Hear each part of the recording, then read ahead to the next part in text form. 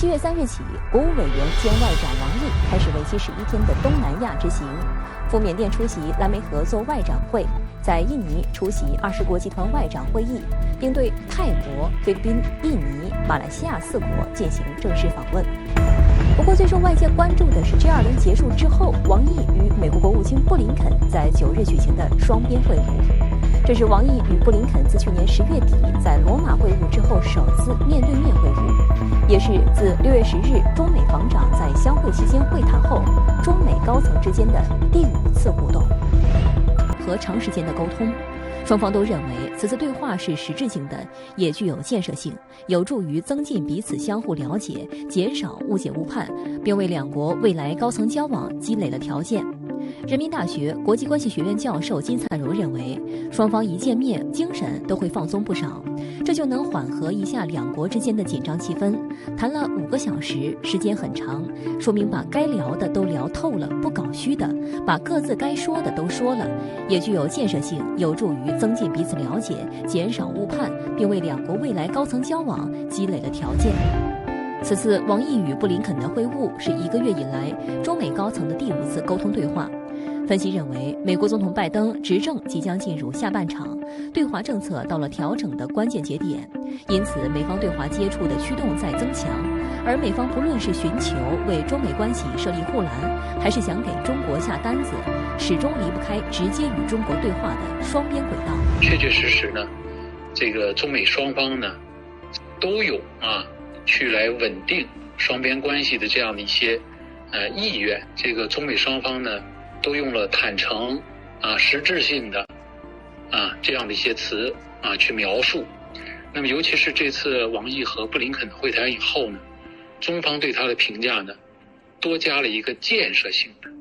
所以我觉得这个也体现出了呢，这个中美之间呢试图在俄乌冲突导致全球战略这个稳定受到损害呢，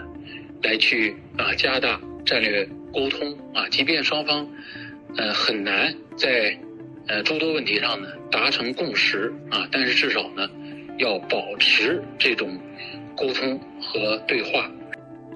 对于近期美方一直强调的护栏，王毅强调，中美3个联合公报才是两国最可靠的防护，只有切实履行各自在3个联合公报中所做承诺，坚持正确方向，及时排除路障，打通前行道路，双边关系就不会脱轨失控，否则再多的护栏也起不到作用。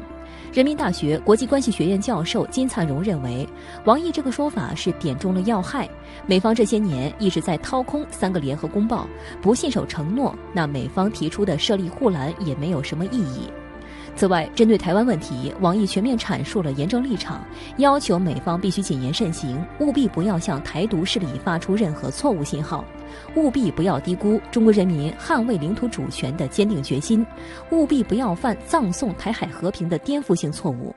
布林肯则表示，美国不支持台湾独立，不寻求改变台海现状。王毅当然在台湾问题上呢，还是继续强调中方的坚定立场，要让美方不要在台湾问题上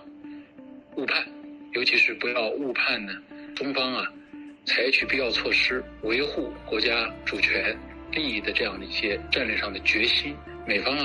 说了2个不，实际上呢也体现出了这个美方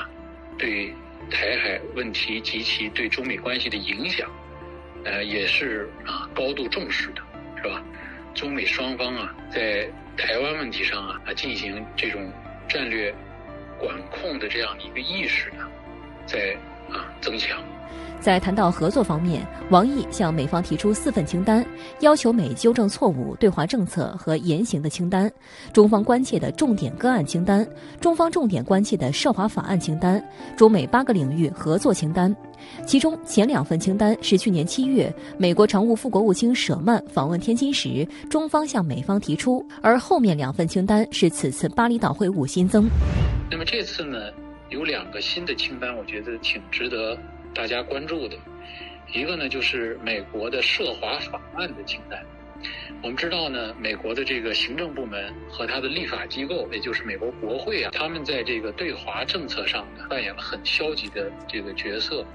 所以这次呢，也重点的呢，就美国国会的一些涉华法案呢，提出了中方的一个关切。那么另外一个新的清单呢，就是中美在8个领域的合作清单啊，实际上体现了呢，这个中方啊对维护啊中美关系，把中美关系拉回到正常发展轨道的这样的一个诚意啊。这个8个领域的合作呢，也体现出了这个我们中方呢在向全球这个气候治理啊等应对全球性挑战方面，这个所担负起的这种大国的责任。值得注意的是，美方一面强调与中国加强沟通，避免误判，但又同时在多个议题上对中国施压。例如，在俄乌冲突问题上，虽然中国一直保持中立，但拜登政府却一直在渲染中国在该问题上表态不够强硬，试图挑拨中俄关系，让中国与俄罗斯割席。布林肯在会后透露，他向王毅提及中美出现分歧的领域以及风险管控，其中包括俄罗斯对乌克兰的军事行动。布林肯呢，在这个会谈当中呢，对中方进行施压啊，我觉得呢，他还是担心啊，中国会在这个制裁问题上呢给俄罗斯开口子。那么这种压力呢，这种施压呢，我觉得也反映出了另外一个现实，就是拜登政府呢现在在俄乌冲突上的这种困境啊，越来越明显，对乌的这种军事援助、经济援助所带来的这个财政的压力，实际上对拜登政府来说呢，也是一个巨大的挑战。所以拜登政府呢，还是希望通过向中国加大施压，试图呢让中国呢来把这种压力呢转移到俄罗斯身上。上周六，美国国务卿布林肯与中国国务委员兼外长王毅举行会晤，这是两人自去年10月以来的首次面对面会晤，双方都提到了保持交流的必要性。黄先生如何观察和评价此次会晤？我觉得尽管中美处于一个比较艰难的中美关系处于一个比较艰难的时期，但是毕竟这个世界上很多事情是需要中美两国互相协商、协调甚至合作来解决的。第二点呢，由于美国对中国的压制，最近采取一系列的动作，导致两国关系紧张，尤其是在中国的周边地区。那么实际上美国心里是怕在这些地方和中国再打起来的。他也知道中国维护自己核心利益的这个决心和能力都是很强的，都是不能低估的。那么第三一点呢，最近呢也确确实实两国之间有些问题要进行交流，并且拜登政府实际上我一直说过是个弱势政府，马上面临的一个中期大选，国内的政治的不确定性进一步的恶化，甚至导致一些难以预料的灾难性的后果，所以双方也必须交流。所以我认为这一次双方外长的交流和会谈实际上非常必要的，也是很及时的。美方一再强调为中美关系安装护栏，究竟是什么意思？我觉得当然美国要加装护栏是为了美国的利益出发了，他就是想叫中国不要做美国不想中国做的，或者是美国承担不起的，而同时呢对自己的言行不负责任，像网友说的，只对中国的这个行动加以限制，而美国呢可以随心所欲的对中国进行施压和围堵，这肯定是不行的。并且呢我们也注意到美国这个护栏这个提法，就到现在为止护栏到底包括哪些内容还很不清晰。在目前来讲，我认为护栏主要还是集中在两件事情上，一个就是台湾问题，第二呢就是在经济发展的问题上。也就是护栏中国是赞成的护栏这个概念，但是护栏具体的范围是什么，必须两国商定，并且呢必须以不违反中国的核心利益，不阻挠中国向前发展为一个基本的条件。应该说呢，中美关系一直有护栏，正如王毅外长所讲，那么中美联合公报呢就是最好的护栏。去年11月，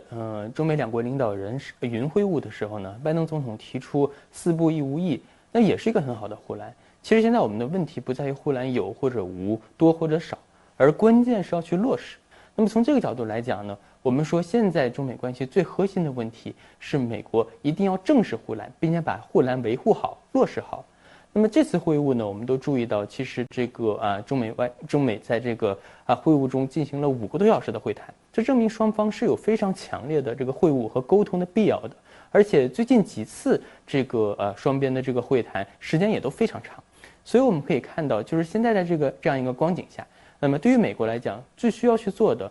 不是去顾及护栏的数量。顾及护栏的方式，而是去把现在既有的护栏能够维护好。那么不要隔着护栏还要对中国说三道四。如果是这样的话，那么有护栏和没有护栏可能没有什么区别。